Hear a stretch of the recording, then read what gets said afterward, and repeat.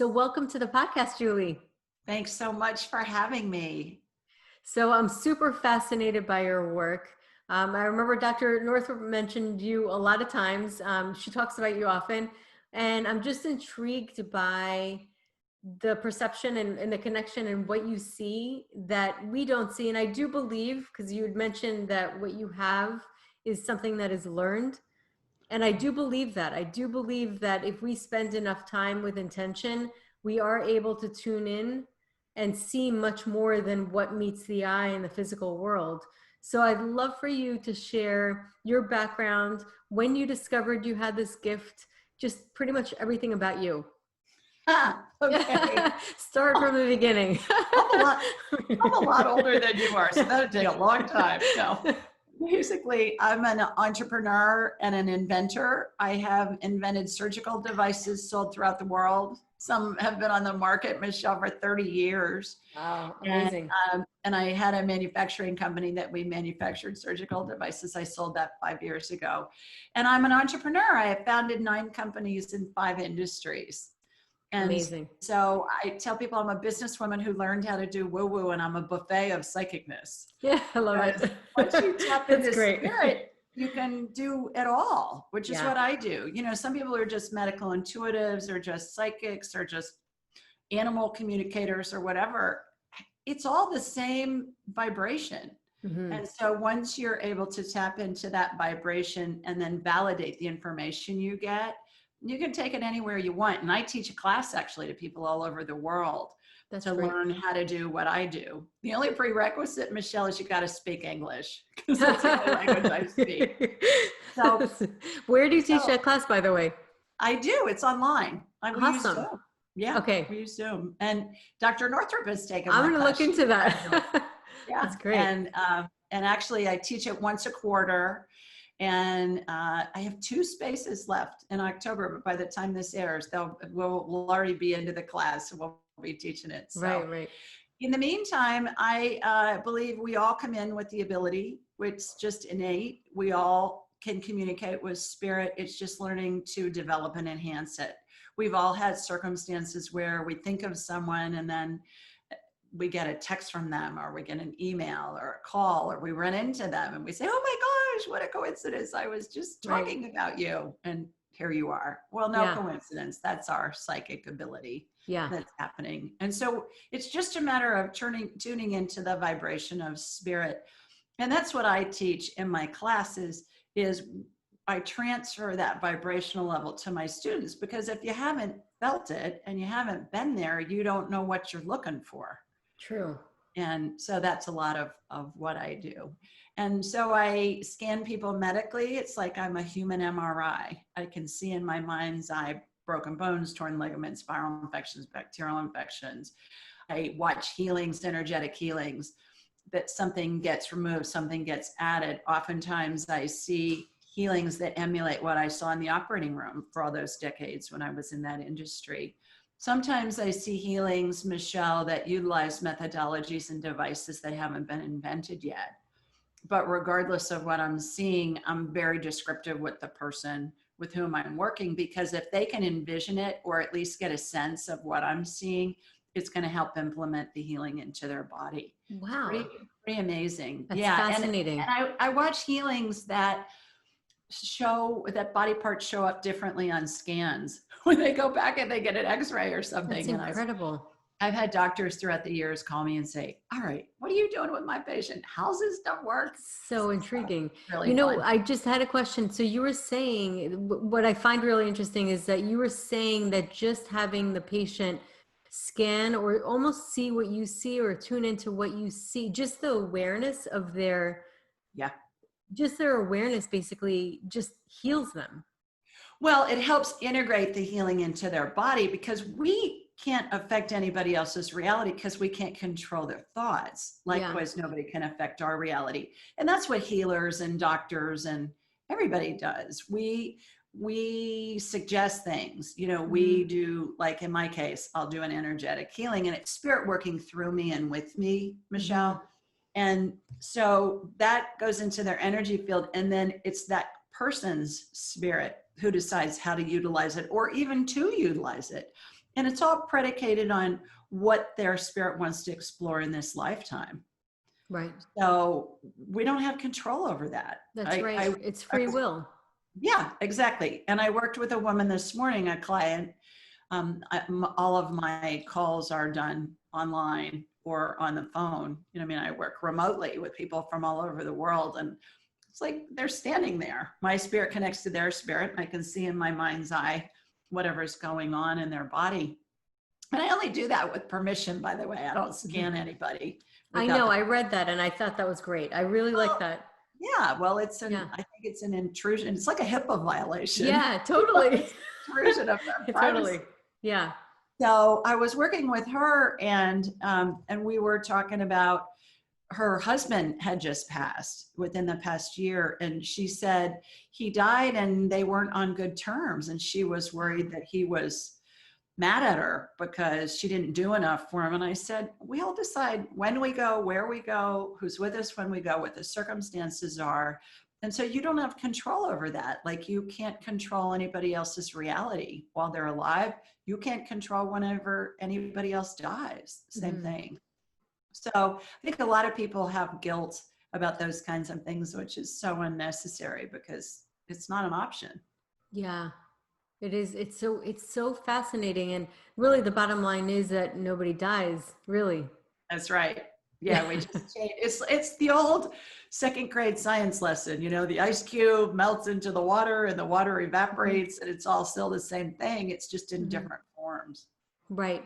And if you think about it, when you do get to know people or you connect with people, there's such a timelessness and an endlessness in people's eyes. And I think that that's why it's so hard to grasp death for people on so many levels, just the pain, the emotional pain, and also wrapping your mind around the fact that this timelessness is all of a sudden you can't see that. So, but you're seeing a different perspective. You're actually seeing that it is there. It's just that we don't see it. I mean, if you think about it, like even cats can see what we don't see. There's certain things. They see spirits. Oh yeah. Oh yeah. You see it. So many people say to me, oh yeah, they're looking at something. Yeah, and it's like its little head is watching somebody walk across the room, but there's nobody there. And I said, well, they're picking up on a spirit. You just don't have you don't know how to turn on your radar. But when I see spirits, and I do all the time, again, when my abilities are turned on and off, I mean, I'm just regular during the day. It's great that you can turn it off though. Yeah. When you need to. It's a nanosecond. It takes a nanosecond to turn it on and off. But spirits look to me like a hologram of what they looked like when they were alive. So same with animals. Spirits. They're even more detailed. I don't know, more detailed, the same amount of detail. They just look like a hologram. Oh, hologram. So yeah, so you don't see, it's kind of like it's not like physical, obviously, but you're seeing almost like the imprint. It would be like a imprint is a good word. Did you ever watch a Star Trek TV show or movie? No. Okay. Well, some of your listeners, I'm sure, have. Beam me up, Scotty. When they're beaming somebody up to a different planet, they turn into a hologram, kind of like a clear picture of them. And so that's what spirits look like to me. And spirits are all around all the time. Yeah. Yeah. And they're around us all the time. One of the analogies I used for when somebody passes, and I wrote a whole book about this called Angelic Attendants, what really happens as we transition. And that's more about what's happening as we're dying, how we're surrounded by deceased loved ones and angels and the spirits of deceased pets. And so spirits show up in a way that we'll recognize who they are. For instance, if my grandmother showed up to me, she would look like what she looked like as an older woman.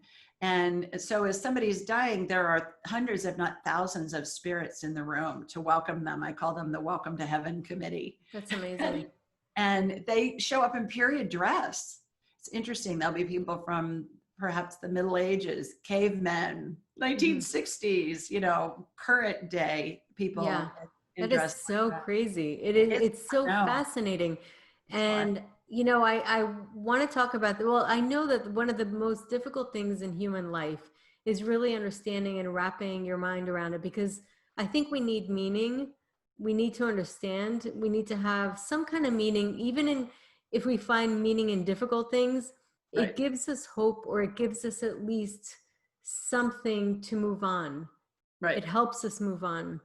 I Right. know many people that have gone through really difficult things and traumas have, ended up using that and creating charities or doing something with meaning that was able to heal them through this process. Now, obviously, a lot of the listeners, they're going through either loss, pregnancy loss, just every single time they get their period is a loss. They're going through this difficult journey. And I know that I always say, we were talking about this in the pre-talk, I tend to intuitively tell my patients to talk to the spirits of their child, their unborn child or unconceived child, because I really do believe there is something to that that is very, very powerful.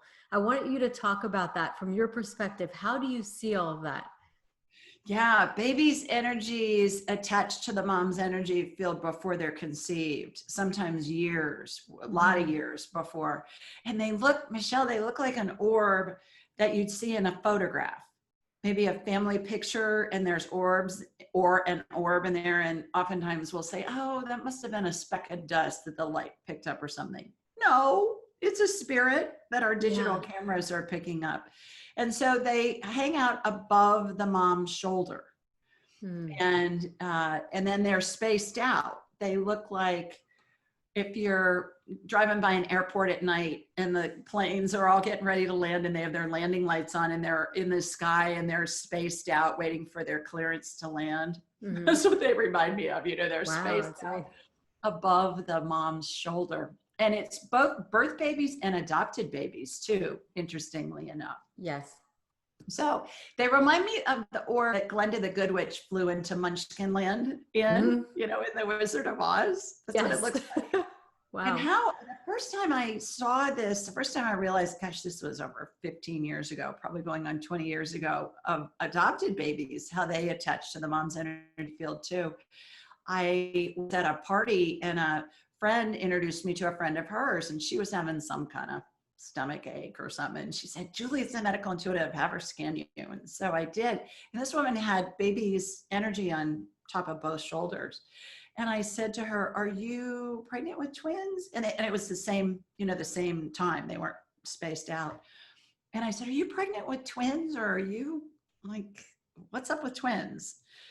And she burst into tears. And I thought, oh, Lord have mercy, I've just offended this woman. And she said, no, this was a Saturday night. She said, we're flying to Guatemala on Wednesday because we're adopting twins and they're going to be born by C-section on Friday. I just got the chills. I know. Wow. So I thought, oh my goodness. So that was the first time I saw adopted baby's energy. So when I'm working with a mom or somebody who's trying to conceive and I see baby spirits, I would say, okay, now these are babies that are attached to your energy field that may incarnate by you birthing them. They may be miscarried babies. They may be adopted babies, but I think it's so interesting that they attach to the mom's energy field before they're conceived. The other thing that's interesting too about the adopted babies, Michelle, is, as I mentioned before, when we're dying, we're surrounded by angels and deceased loved ones, whether we die instantly, like in the case of a homicide or a suicide or a instant death in a car crash, God forbid, or something like that. Or whether it takes days, weeks, months, even years. But it's always the mom that raised the baby who's running the show from the spirit world as somebody's dying. They're the first ones to show up. They bring. So it's almost like they birth them from heaven, in heaven. Absolutely. And the connection though is if a baby is adopted when it's dying, it's the adopted mother that's running the show. The birth mother's spirit is present, but it's the adopted mother. It's the that spirit connection.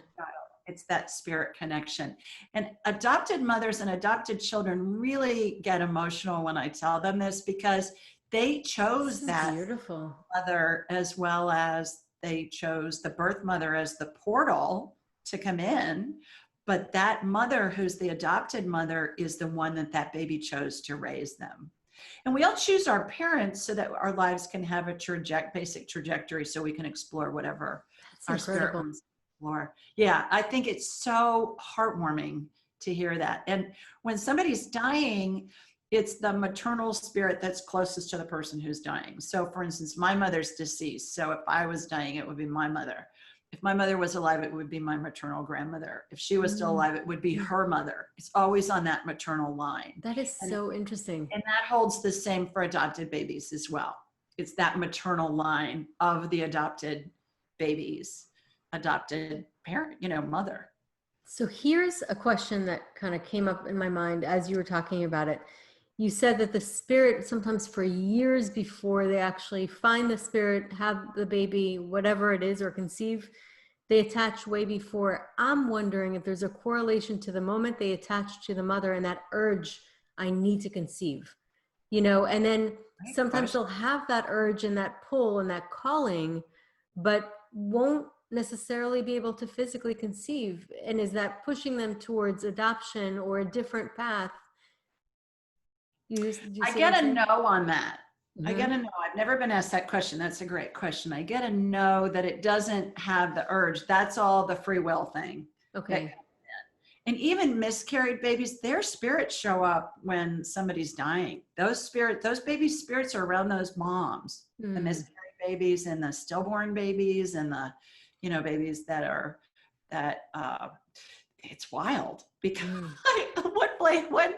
one family in particular, Michelle, it was an elderly man who died, and his wife is a dear friend of mine. She's 88. And at his funeral, there were 3 baby spirits that were at his funeral that were over the casket. They did a traditional funeral with a casket. And I told this woman afterwards, my friend, I said, there were 3 baby spirits and she had 6 kids. I said, did you have miscarriages that you know about? She said no. And she asked one of her daughters, she said, does your dad have other children? Did your dad have other children that I didn't know about? I said, no, these were your baby spirit. But they always show up as part of the Welcome to Heaven committee. And so I get that they don't, but it's, we think, okay, this miscarried baby, what did I do wrong? You didn't do anything wrong. Your spirit wanted to experience that baby spirit wanted to experience to experience what it was like to be a miscarried fetus. And keep in mind too, in the spirit world, Michelle, there's no right or wrong. There's no good or evil. It's just all an experience, and every experience expands our reality. So then we come in next round and we go, oh, let me look at it from this perspective. Maybe that baby that was miscarried was a mom that miscarried a baby in a past life and wanted to feel what it was like to be the miscarried baby this round. Maybe they were the sibling of, the parent, the husband of, the father of, the grandparent of, the whatever. There are a bazillion different variables. The other thing to keep in mind is time doesn't exist in the spirit world. Time is a human concoction. Right. We've dreamt up. So I've heard of that. Yeah. Yeah. We think, okay, we've lived 100 lifetimes and it was 100 years per lifetime. And oh my God, that was so long ago. Well, it may not even be a blip on the radar screen in the spirit world. So what's really fascinating is my father, and I really do believe that his spirit came to me before he passed, because he was abroad and he came, and it was just kind of random that he decided to fly out, but then he got sick. And what was interesting to me, I feel very lucky that I was able to be with him. And I think to myself, that we go through this, it's really interesting because when babies are first born coming from this other place, they don't understand time. There's no concept of time or really space. I mean, they're just, because they don't understand space, which is why we're always protecting them.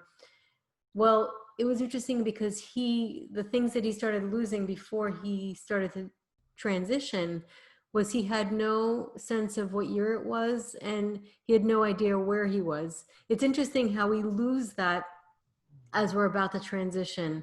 And does it mean that we're out of touch with reality, or we're just tuning into a different reality? We have one foot in this reality and one foot in the spirit world reality. Great question. Yeah. It's kind of an interesting, intriguing thing. So now, and it doesn't matter. It doesn't matter in the spirit world because it doesn't exist. Right. So as we're transitioning, we're leaving the human things that we've been taught and we've been conditioned are important. And at the end of life, I communicate with people all over the world who are dying and relay messages to their families like, you know, what do they need? Are they in pain? Are they hungry? Would they like certain music? Where's Hmm. their will? Do they have certain wishes? Things Yeah. like that. And the thing that I hear over and over again is that they just want their family with them. Wow, That's that's it. amazing. They don't need anything material except one of my favorite stories. If I can share it real quickly, this just cracks me up. A gal, her father was dying for a couple of weeks, and he was just hanging on, and he was in a hospice facility. And so he kept telling me telepathically, because when the patient can't communicate, I can communicate telepathically with them. And this guy was a retired dentist. He kept saying, and he was a widower, he kept saying, I need her to mail my quarterly estimated taxes. She was saying, oh, for heaven's sakes. I mean, come on. Wow. So stretched on. And she said, ask him, what the heck does he need? And he said, I need her to mail my taxes. She said, I don't even know where they are. So I'm talking to her on the phone and I'm talking to him telepathically. And he said, they're in my desk, left drawer on the right, on the middle drawer on the left or something like that. I said, just go to his house and see if you can find them. And if you find them, put them in the mailbox. She did just that. She found them exactly where he said they were. Wow. They were signed, the check was written, she mailed them, and he died shortly thereafter, like within a Wow. couple of hours. And she was the executor of his estate. And so she told me later, when she was in the middle of settling his estate, she said, it was so much easier for me because those taxes had been filed. Oh my God. Wow. That's incredible. So people, as they're dying, will relay messages like that. And she just kept saying, oh, please. But it's normally, I just want my family around. And we'll find that people will wait. You know, they'll wait for family members if they're coming in from out of town. Perhaps your dad did for you. Well, he was with me, but then he almost passed. He almost stopped breathing because he had multiple strokes. And then I was with him. I was with him, and then they came in code blue. He was actually meant to go to rehab that same day. I had a bed for him to get him better. And he what's interesting is my brother was in San Francisco, so he came back and they intubated him. He wasn't breathing on his own, but it was like, they brought him back, and then he started breathing on his own, but still very weak. But my brother was able to come say goodbye. And Wonderful. it was like he came, and also his sister, and also my uncle who was very close with him. So it was kind of like he extended it. Right. It's an interesting thing. Yeah. Yeah. Terrific. Yeah, but those are the moments. I mean, it really comes down to like the spending of time together. So now, what's tough is I know I really understand through my patients the reality that they're going through with loss and trying to make meaning of it. And I guess it's difficult, it's in our reality, in our human brains, we don't really understand why is it that somebody feels this really strong calling to have a child, and they feel like I think that there's a reason for that calling. I think that there's some kind of connection, or something's meant to be, or they're meant to be a mother. But why is it that it takes so long, and why is it that sometimes it's not your biological one? Those are the questions that I know they have. Well, and it goes back to, I think that we don't know what our spirit comes into experience. Mm-hmm. And remember, we live many, many lifetimes. And remember, each of our lifetimes is a blip on the radar screen. Does that negate the heartache of losing a baby when you're trying to get pregnant? Absolutely not. Yeah. But that heartache is to the experience that we have chosen to go through, because we create out from there. Mm-hmm. And we learn, and everything unfolds perfectly. And that's hard to understand. And it's hard from a control standpoint to say, okay, what do I need to do to make this work? Yeah. I talk in analogies a lot, Michelle, and one of the analogies just to give our human minds a frame of reference for all this. Of course, because it is such a different reality. Right. And one of the analogies I use a lot is the Wizard of Oz, the yellow brick road. We all are wearing the ruby slippers. Oz is nirvana. Oz is heaven, or Oz is our path. The yellow brick road only goes one direction, towards Oz. You can't go backwards. And we're here to create. Well, how do we create? We create things from what we don't want into creating what we do want, right? And when you're on the yellow brick road, a brick lights up, everybody's wearing the ruby slippers. We all have ruby slippers on, like Dorothy. And a brick might light up and you might end up in a field of poppies and you get to take a nap and it smells good and the sun's warm and it's lovely. And then you step on another brick and you end up in the Wicked Witch's castle. And it's horrifying and it's scary and it's awful.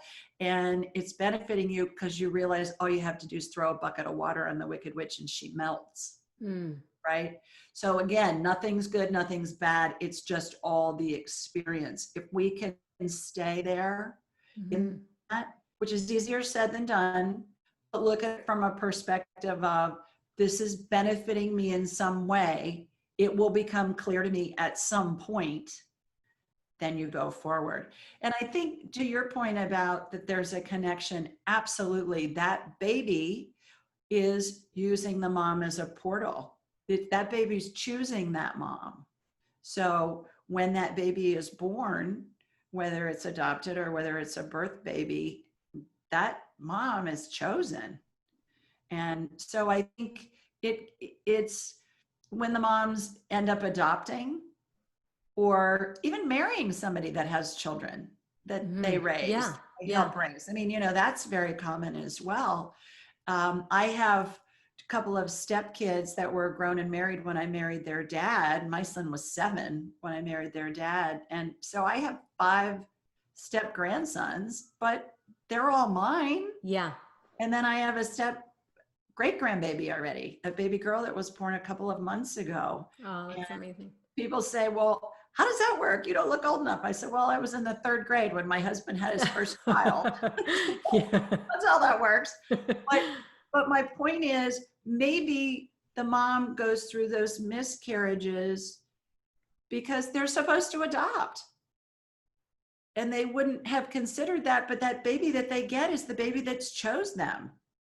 Does that make sense? It does. But it's hard. But it's also hard. It is very hard. It's so hard, it's heartbreaking. But yet I understand what you're saying, you don't know. The reason I understand what you're saying is because I do this and I've spoken to so many people in hindsight that can tell me, looking back, that they wouldn't have been where they were, whether it was adoption or embryo donor or egg donor or natural, whatever it was, they wouldn't have been where they were had it not been for the looking back and knowing that everything happened for a reason. But during that time, you're just wanting to curse what's happening to you. Like, why is this happening to me? And there's a lot of frustration, and which also is valid at that moment. You almost need to go through that as well. That's right. Yeah. Again, to experience that and come out on the other end of it and realize, okay, it's really not the end of the world. Yeah. I can overcome this. I can move forward. I can create other things. Yeah. Yeah.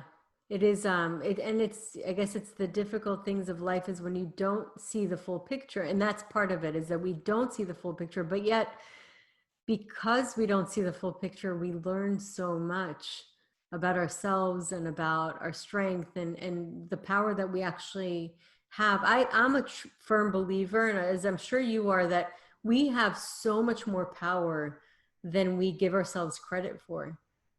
And I think that in some cases we rely so much on science and what's proven. Right. And that's a shame if we wait for that to be proven before we use our power. We've used our power throughout history without having anything proven. Mm-hmm. So we're built powerful. Well, I agree. And in the last couple of 100 years, even 150 years, as we've become more well-educated, we've kind of diverted away from what our intuition tells us and what spirit is communicating to us. Because to your point, we want stuff that's proof. And I see stuff all the time where science proves woo-woo. What I call woo-woo. Yeah, it's true. I love when science catches up to spirituality. Yeah, me too. We all come in pre-programmed with that. We all have the ability. And there's been even studies that show that our perception of things can change matter. Right. That is just fascinating. So basically what we see, what that tells us, and even if it's a minute little science experiment that you're changing a minute little wavelength or wave, if you're able to change that, what that basically says is that your reality that you're living right now has way more to do with you than it. Yeah. And our heads are big satellite dishes, Michelle, and they receive and they transmit frequencies. And thoughts don't originate in our heads. We pull them in from the ethers. And it's like a frequency is the equivalent of a radio station. You know, when you're in the car, you're listening to 102.4 and it's classic rock. And then you to 92.3 or whatever. And it's, I don't know, talk radio. You change the channel. So when we get in that mindset of, oh my gosh, am I ever going to get pregnant? Well, then if I don't, then I won't ever have kids and blah, blah, blah, blah, blah, blah, blah. And you go down this black hole. You want to change the frequency because that's a low vibration. When you feel badly, you're out of alignment with your spirit because spirit is pure love, which feels good. Doesn't mean you have to be zippity doo down the street. It means that you're at least in a neutral position. Because remember, in the spirit world, there's no right or wrong, no good or bad. It's just an experience. So to your point, if we change our perspective, we disrupt that and we change the channel, then we're going to attract more good feeling things because we're in an attractive universe. That's how it works. I came up with a little trick for that. May I share it with you? Yeah, absolutely. Your listeners. I call it the 2-minute rule. And when thoughts come into our head, we assign them an emotion. Emotions are either based in love, which means you're in alignment with your spirit because your spirit is pure love, or they're based in fear, right? Fear feels bad. Any kind of emotion, stress, anxiety, grief, sadness, depression, whatever. It's a low vibration. Stuff that feels good or at least neutral is a high vibration. So there's 2 kinds of fear. There's rational fear, something's going to kill you, change the conditions before you die. We're all hardwired for fear. We're waiting for the saber-toothed tiger to come around the corner and eat us for lunch. But he's been dead for millions of years. But we're still hardwired for fear.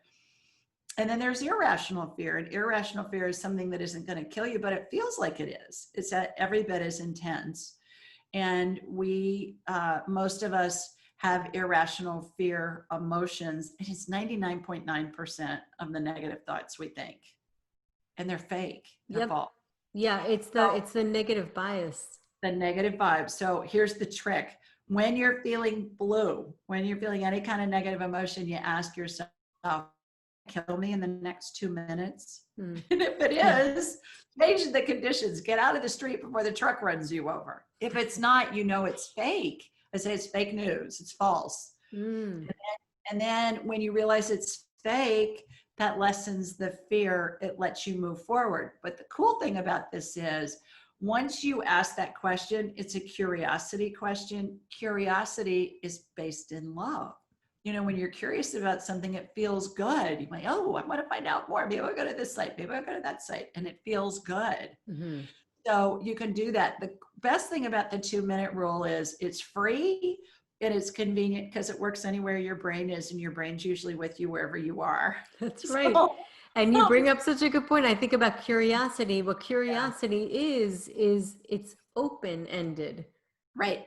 It allows for things to happen. It allows for opportunities. That's right. And so when we're feeling badly about something, regardless of what it is, a couple of days ago, I was in Costco and I was in the checkout lane and there were just a few lanes open, but I was like 15th in line, you know, social distancing. I'm thinking, this is going to take me an hour to get out of here. And so I started feeling like, oh my God, I was feeling negative. And I was like, Ryan, is this going to kill you in the next 2 minutes? No, you're going to chuckle a lot when Mhm. you ask you can It's use it true. in any situation. And then the next question is, how's this benefiting me? Well, it was benefiting me because I had forgotten to get something. So I asked the guy behind me to save my Oh, space. I ran and beautiful. got it, That came works. back, got back in time before we checked out. That's And great. but the thing about it is, it's every situation is always benefiting us. And when we feel badly about it, that's our spirit saying, hey, you need to look at this from a different perspective. It's benefiting you in some way. And when you ask the 2-minute rule question, Michelle, it's benefiting you at least in pointing out you're focused on a belief that's false. Mhm. Why put yourself through that if it's not even real? And we all do it. And we do We it all all day do it. long about all kinds of stuff. We do. So the You know 2-minute what's rule, interesting too is I see a lot of parallels between the fertility journey and also finding like a match in a partner before the fertility journey. right, I see a lot of patterns. You can try to force a relationship that's not meant to be or is meant to be but is in the wrong timing. right, And you right, try to force it and do it, and what do? You end up feeling exhausted. You deprive yourself of energy, and you feel like you're not getting anywhere. You feel a sense of desperation and hopelessness, and if you just let that go and kind of allow it to happen the way it's supposed to be, then you'll either get out of a bad relationship and find the right person, right. or allow the timing to work out for the right person. Well, and I think physical things are the same way. Before we started recording, I was telling you I had a client this morning from the West Coast, from near the San Francisco Bay Area, who is having infertility issues, and she has a big old fibroid that they Mm-hmm. want to take out before they do the next round of IVF on her. Mm-hmm. And so I did a healing. We did a healing on her. And again, it's spirit working through me and with me in these Mm-hmm. healings. And what I watch with the fibroids is I watch them get removed surgically, first of all. But then the other thing I do is I watch fibrin, which is the protein that we use for clotting blood, and it makes scar tissue and it makes fibroids. I watch that come out of the uterine cavity and roll up almost into a cocoon. And it looks like spider web strands. It's that thin. And Mm-hmm. it reminds me of a silkworm, how silkworm Well, drool. interestingly enough, silkworm serapeptase is made from silkworm. Right, Did right. you know that?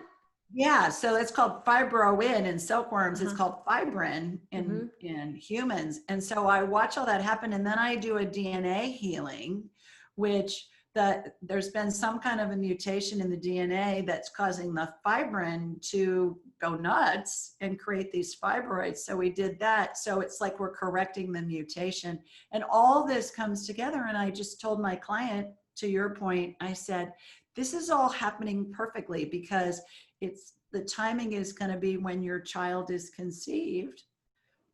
This is all predicated on this. Right, We think we need the baby right now, but right, maybe that baby isn't ready to come in right now. Maybe that baby's ready to come in 6 months or 6 years or right. Because whatever. it's an alignment. I mean, it's not just our soul and our will; it's also another will of the child. Exactly. And also, so silkworms, they create an enzyme called serapeptase. Well, it comes from a different herb. It's a Chinese herb, but then they use it. It's called serapeptase, and that's one of the supplements people can take, or it's thought to help break down the fibrin in fibroids. Interesting. Well, Yeah, I watch this healing all the time when a woman yeah. has fibroids. And it was interesting that this was a woman who'd been through 5 rounds of IVF. Wow. And I said, well, that's making the fibroids even more prevalent because Yeah. of the hormones. Right, because of the estrogen, and that's what helps. Estrogen and progesterone Right, increases it. right. So she said, I feel like I'm on a hamster wheel with this. I said, Oh, well, you are. it's But tough. yeah, it was interesting. I was telling her I was going to be talking to you later today. And I said, Uh-huh. no coincidences in life. No, Yeah, absolutely none. no. Yeah, so what are the things that you see? You see that sometimes this happens because of an alignment issue. Or is it sometimes also that the physical body needs to get more healed, and it's kind of like a message for a woman, to start eating healthier or preparing themselves healthier? Because sometimes people find out they have conditions, underlying conditions like thyroid disease, or Right. those are things that could affect them and harm them over time. And almost like, if it wasn't for them trying to conceive, they wouldn't have figured this out. Well, and that's all of the above what you said. But the other thing is I always work on the person's energy field membrane. Have you ever heard that referred to, the energy field membrane? I don't know where this came in. This came in a long time ago for me with these healings. Mm-hmm. And I do it on everybody. When we have a tear or a hole in our energy field membrane, it's allowing an energy leak. It always precedes any kind of medical condition, regardless of what it is. And it's usually in place for a while. Energy leaks, this is right up your alley, are caused by energy blocks, a la what you do, trying to clear the block to get the chi to move, That's right? Energy blocks are caused by an emotional event, either in this lifetime or a past lifetime. I believe this is the most important part of a healing that I do. When somebody has a tear or hole in their energy field membrane, and this woman with the fibroids did, I go into it and I'm shown a scene and I'm given a year of when it happened. In her case, I think it was 1984 or something like that. And I saw this scene of her, and she was in school, and she immediately came in. She said, that's the year my mom had a lover and my parents got divorced. Oh my God. Right. So I'm not going for the most traumatic thing that's happened in this person's life. I'm going for the kernel, the seed of where that energy block began. It reminds me of a little kernel of unpopped popcorn. And when we illuminate it, it eradicates it, and it eradicates all the other pent up energy of other emotional events that have piled on top of it and have caused a blowout in the energy field membrane. I can fix body parts all day long with healings. You do too. But if the body's not working on full power, you know this, it's not going to work properly. Yes. It's like if your car's not running and you get the radiator fixed, but you got a dead battery, what's the point? It's Yes, still not gonna right. run. Because we work on removing the block, not only removing the block, but we also need to enhance and supplement. Right. So the analogy that I use for all of this is, imagine going to the pet store and buying a goldfish. They're going to put it in a plastic bag of water in order for you to get it home. So Michelle, if you have a picture of that in your mind's eye, the goldfish represents our body, the water represents our spirit, because our body's inside the spirit. I was raised 12 years Catholic schools. I was taught the spirit or the soul is someplace in the chest. That's not what I perceive. What I perceive is the body's inside the spirit. So the goldfish represents the body, the water represents the spirit, the plastic bag represents the energy field membrane. If there's a pinhole in that plastic bag and water is draining out a drop at a time, for a long time, that fish is going to be just fine. But when enough water drains out, that fish is going to be in trouble. Right. And that's what happens to the human body. And I'm preaching to the choir, to you on this, but it's fascinating to me that things that come up, and there's always an emotional component before any kind of medical condition, whether it's serious or not. Is this something that's connected almost like with soul retrieval? It's just a different term for it? I don't know what soul retrieval is. It's like a shamanistic form of healing, where they say that if you have, and don't quote me on this, I'm not an expert, but this is what I understood it to be, is that if you have a traumatic event, a part of your soul seeps out or leaves, or that you lose an energy that's part of you, and then they retrieve that energy to make you feel more whole. I don't get it. It's the same thing. I think the energy field membrane healing that I do affects the human body. It's more of a physiological thing that's caused by an emotional event. But they do. They say that the soul retrieval can heal your body. You can have symptoms resolved. Yeah, I'm not getting it's the same thing. Okay. Yeah, I don't know, but it can be something very simple, like somebody called you a bad name when you were little and it hurt your feelings. And we think, well, that wasn't that big of a deal. But to your 3-year-old self, it's a big deal when it happens. Or it can be something really dramatic. One of my favorite dramatic stories is I have a client in the UK, and I saw this scene of her as a preteen, and there was an explosion behind her. And I said, does that make sense to you? And she said, yeah, I was a victim of an IRA bombing when I was 12. Oh my God. All right. So that's dramatic. Yeah. And it could, and if it's past life, those are really fun, Michelle, because we can often get information that we can corroborate with historical information online. And, we'll get, okay, here's the year, here's where you were, here's what was Wow, going. that's incredible. It's just so really fascinating. fun. It's really I'll fun. tell you something. I had a death. It's interesting that I forced myself to start a podcast. And I think that my spirit wanted me to do that because I had a serious fear. And actually in the beginning, my first few podcasts, I remember sweating, feeling sweat under my armpits the whole time I was talking because I had such a fear of speaking. But I kind of threw myself into the fire knowing that. Plus, I also wanted to send a message and empower women. That was like I said, I got to do this. But what's interesting is when I would stand in front of an audience, I felt such fear as if my life was being threatened. Yeah. And I was like, where is this coming from? Like I'd go and I'd still force myself to do it, which I think everybody should just kind of force themselves to go into it because it will liberate you because you just can't hold on to that for so long. You can only hold on to it for so long until it starts to, it's one way of doing it at least.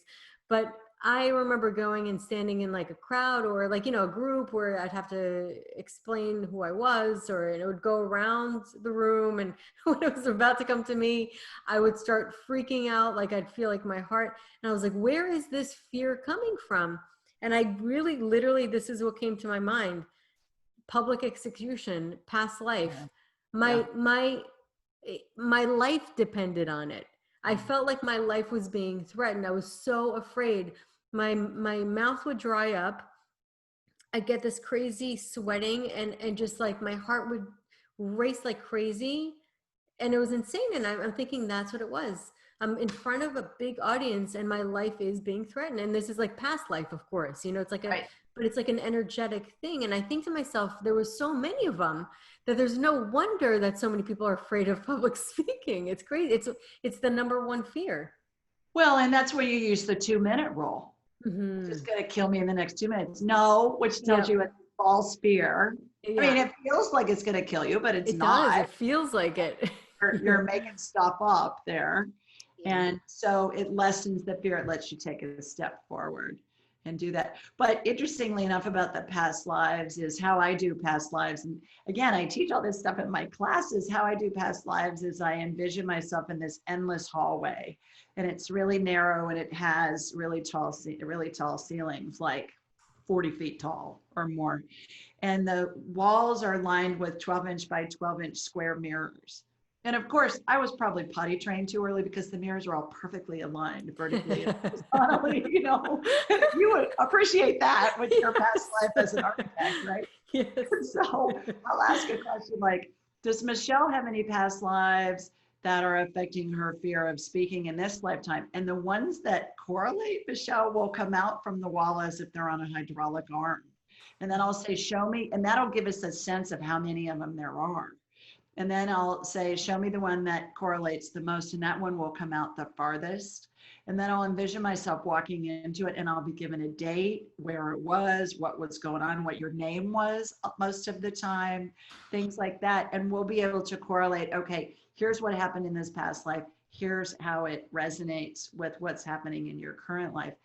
And we have a basic script of things we want to explore that will go through many lifetimes exploring. And there are a million different ways to explore stuff. Like you want to, you let's say have a basic script of being a healer. Let's say you and I both do, right? Mm-hmm. Maybe you were a doctor. Maybe you were I don't know, witch doctor. Maybe you were a shaman. Maybe you were a herbalist. Maybe you were whatever. In this life, you chose to do this. Different timeline, different setting, different gender most of the time, different experience. And then we create out from that in each lifetime and look at it from a different perspective. Oh, I had an herbalist heal me. Maybe I'll be an herbalist in my next life and I can help heal people. Let's look at it from a different perspective.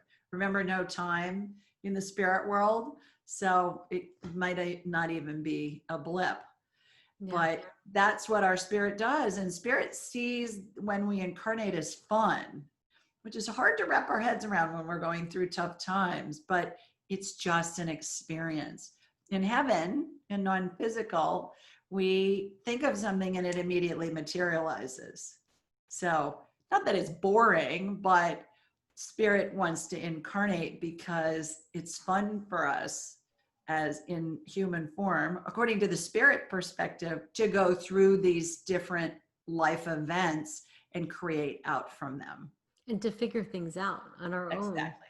And it's interesting because I see, you know, my 15-year-old daughter, I remember wanting to guide her about something, and it was my initial feeling. And she said, well, Mom, I just want to figure it out on my own.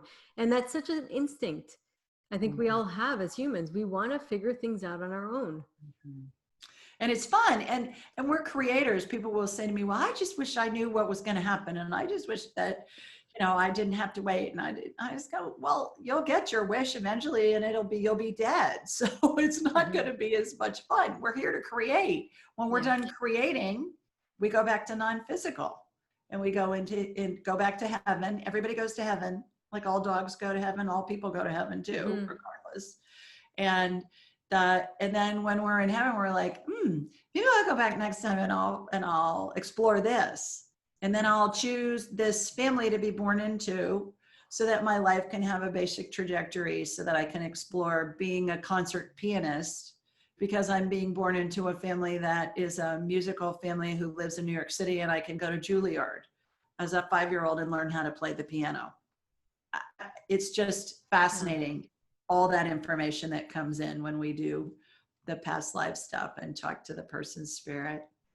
It is fascinating. I'm so fascinated by it. So for the woman who's listening to this and is going through the fertility journey and it's all really so unknown and not knowing where to go, right, left, you have a million opinions going on.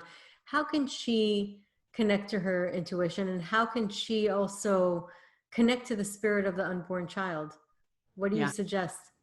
Well, let's teach them how to talk to spirit. It's really simple. You ask a question. Remember, our heads are big satellite dishes. So you think of whoever you want to talk to.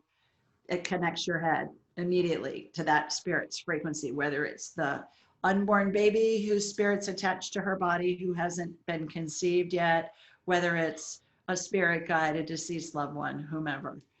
And so you ask a question or make a statement, and that their response is going to come in within a second, Michelle. It's going to feel like a thought in your head. So let's say you're talking to the spirit that's attached to the body that is a potential baby, right? And you're saying, okay, hey, baby, what's up? When are you coming in? Am I going to be able to birth you? Am I going to adopt you? What am I going to do? What's going on? And so you ask a question, and then boom, within a second, they're going to answer you. If you think about it for more than a couple of seconds, that's going to be your brain talking to you. That's the first thing to remember. The second thing to remember is spirits are super literal, super, super, super literal. So be specific in how you ask a question if you're looking for guidance. Spirits are always going to answer correctly. How we ask the question is going to determine how usable or how useful the information is that we receive. For instance, if you say, hey, baby, am I gonna, will we enjoy the movie? You get a yes. You guys are watching the movie on TV tonight and it's awful. And you're thinking, what is up with this? Why did you tell me yes? Well, the way you ask the question, that could pertain to any movie you watch for the rest of your life. Right. Versus if you say, hey, baby, are we gonna enjoy watching Frozen 2 on Disney Plus tonight on TV? See the difference in how you ask the question? Yeah. So that's the second thing to remember. They're really literal. Be specific when you're asking for advice. That answer is going to come immediately. And then the other most important thing to remember is spirit is always going to give you an answer that either feels neutral or good, because spirit's based in love. When you get an answer and it feels bad, that's your head. That's how you're interpreting it. Spirit will never give you something that feels bad, ever, ever. Yeah. And I hear this so often. People say, well, I went to this psychic and she told me all this really bad stuff. I go, that was her stuff. That Yeah. wasn't spirit. Spirit's pure love. So Yeah. spirit is just going to give you an answer that feels good. If it feels bad, re-ask the question, use the 2-minute rule. You know, how is this going to kill me in the next 2 minutes? No, it's a false belief, right? It's a false fear. Mm-hmm. Then re-ask the question, and you can drill down. So when are you going to be born? Yes. And can you give me a timeline? Mm-hmm. January. Okay, January of 2020, January of 2021. Well, 2020 has already happened. So January of 2021, when am I going to conceive? Are you ready to come in? Is there something I need to do to help get ready for you? Yeah. Is there something that I can talk to Michelle about to help get my body prepared for when you're ready to be conceived and I'm ready to carry you for a full-term pregnancy and deliver you? I mean, it's unlimited. Yeah. And by just thinking of anybody, and it doesn't have to be somebody, you want to talk to Mother Teresa, you want to talk to Napoleon, you want to talk to whoever, doesn't Right. matter. Deceased loved one, you think of them and you immediately have tuned your satellite dish head to their frequency. It's amazing. I wanted to ask you also about automatic writing, because Yeah. that's almost like connecting to the subconscious mind or to that mind that's like immediate. Mm-hmm. It's channeling. Every author, every songwriter, every playwright, every architect, Artist. I do that with my every paintings artist, channel. every inventor. I have a communication degree. How does a girl with a communication degree invent surgical devices? Right. Right. I got an idea. We're led back to that yellow brick road. A brick Mm-hmm. lights up, you step on it. When we think too far in advance, and this goes with your clients and your patients too, who are so stressed out because they're not pregnant yet. When we think too far in advance, we go into brain freeze because our brains we can't figure out what all the variables are that are going to come into play to affect an outcome.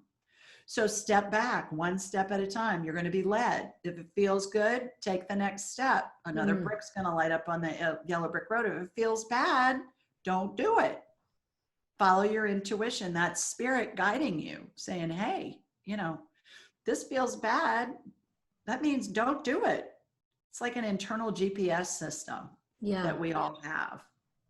we do have that.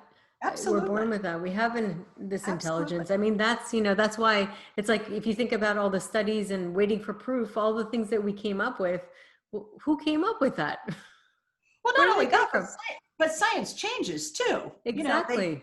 think stomach ulcers, they'd remove half your stomach. Now they give you an antibiotic and it's gone immediately. Right. So the science, it advances and it changes, and science is disproven all the time. So we're much better off following our intuition if it feels right. Even with medical stuff, your clients are most likely going through the normal IVF stuff, a lot of them, and they're dealing with regular doctors and this, okay, here's what we're going to do. Here's how we do this. If it feels good, do it. If you feel bad, if you're hesitating, step back, reevaluate. That's your GPS system, or that's your police radar detector going, hey, there's a highway patrol guy up there. You better slow down. You're going 85 miles an hour. You better slow down. So pay attention to that gut, that feeling. We all have it. We do. We We're just absolutely taught do. to not follow it. You're right. I mean, I can guarantee you every single person listening to this right now has had a moment in their life where they ignored that gut. Yeah. And something happened, was small, big, anything, it could be a range, but they look back and they're like, I knew I shouldn't have done that. I mean, it could be like dropping the keys. It could be something as simple as that, but something within them told them, they heard it and they were like, and they look back. I mean, so many people that I've talked to, like everybody's had that moment. And that really is just an example of it. But it's a matter of really distinguishing the difference between thought and intuition. And I think that you're right. I mean, one of the ways is knowing that it comes from love. It comes from a place of Feels good. neutrality or love, or it feels guided. Another thing I think too is sometimes thoughts, they go from one thing to the next, to the next, to the next, but intuition drops in, it kind of lands on you. Good point. Yeah, it's that instant thing. You know, if you think about it for more than a couple of seconds, that's going to be your brain. Yeah. And then you can get in that black hole of dreaming up all this stuff. So you want to change that station. You want to disrupt that frequency. There are lots of schools of thought that say, okay, release that thought with love and watch it fade away. Well, you're still on the same frequency. You're still on the same radio station. We want to disrupt it. We want to change it. Yeah. How you change it is with the 2-minute rule. You go to curiosity. It immediately raises your vibrational level. It disrupts that low vibration with your thought. You get on a high vibration level immediately. Next question, how does this benefit me? It's benefiting you at least in pointing out a fake belief or a false fear. And then, you know, then you can say, okay, how is this benefiting me? You're changing your perspective, how you're looking at something. Yeah. I was talking with someone yesterday who was complaining about her job.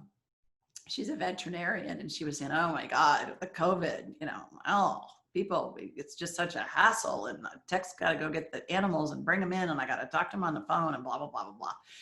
And I said, yeah. And she was, you know, going down this rabbit hole of that. And I said, and aren't you thrilled you have a job? Yeah. And that'll change. Track. Yeah. And she said, yeah, and I'm making a lot of money doing this, and I am so grateful. And it just, boom, changed the whole atmosphere, changed the whole feeling, changed her trajectory of where her thoughts were. Now she was on a different station, and she was bringing in thoughts that feel good. In an attractive universe, you don't even have to be on one specific point, but when you feel good most of the time, you're attracting more things that feel good. When you feel bad most of the time, you're attracting things that feel bad. And we control our thoughts. We do. Yeah, most people don't know that. Most people don't know that thoughts don't originate in our heads. We pull them in. Yeah, that's so intriguing. Oh my God, I could talk to you for hours, and I'm actually thinking about after this, I want to set up a session with you. I would love to have a reading. That would be great. Yeah, for sure. So how can people find you if they'd like to learn more and hear more from your podcast? AskJulieRyan.com. Everything's at AskJulieRyan.com. Anywhere you download podcasts, Ask Julie Ryan. I'm on social media at Ask Julie Ryan. I'm on YouTube at Ask Julie Ryan. Easy to remember. Ryan on Alexa. Everything's, really easy. My books, Julie Ryan. But if you go to my website, Ask Julie Ryan, everything's there. And you can go from there. My class is there. My books are there. I do have a book for your moms, though, called Angel Messages for Kids. I was asked to write it by a bunch of clients who are moms with young children, and they said, how do we explain this, and how do we help our children enhance their intuition? And it's really cute. It's a picture book. I think it has 14 sentences in it. It's primarily pictures, but it talks about, it's illustrations, but it talks about how we're spirits in a body, and you can talk to spirits, and most little children can see spirits and communicate with spirits till they're about 6 or 7, and adults around them say, oh honey, that's just your imagination. And I have a new one coming out this fall called Angel Messages for Dogs, which is really cute too. That's great. We're finishing the illustrations on that. So Ask Julie Ryan, everything's at Ask Julie Ryan. Awesome. Julie, this is .com. Yeah. This, and I'll have your link on the episode notes so people can actually access it there as well. Thank you so much for coming on. This was so enlightening and interesting, and it's feeding my brain, my soul. I'm so inspired and intrigued. So thank you so much for having me.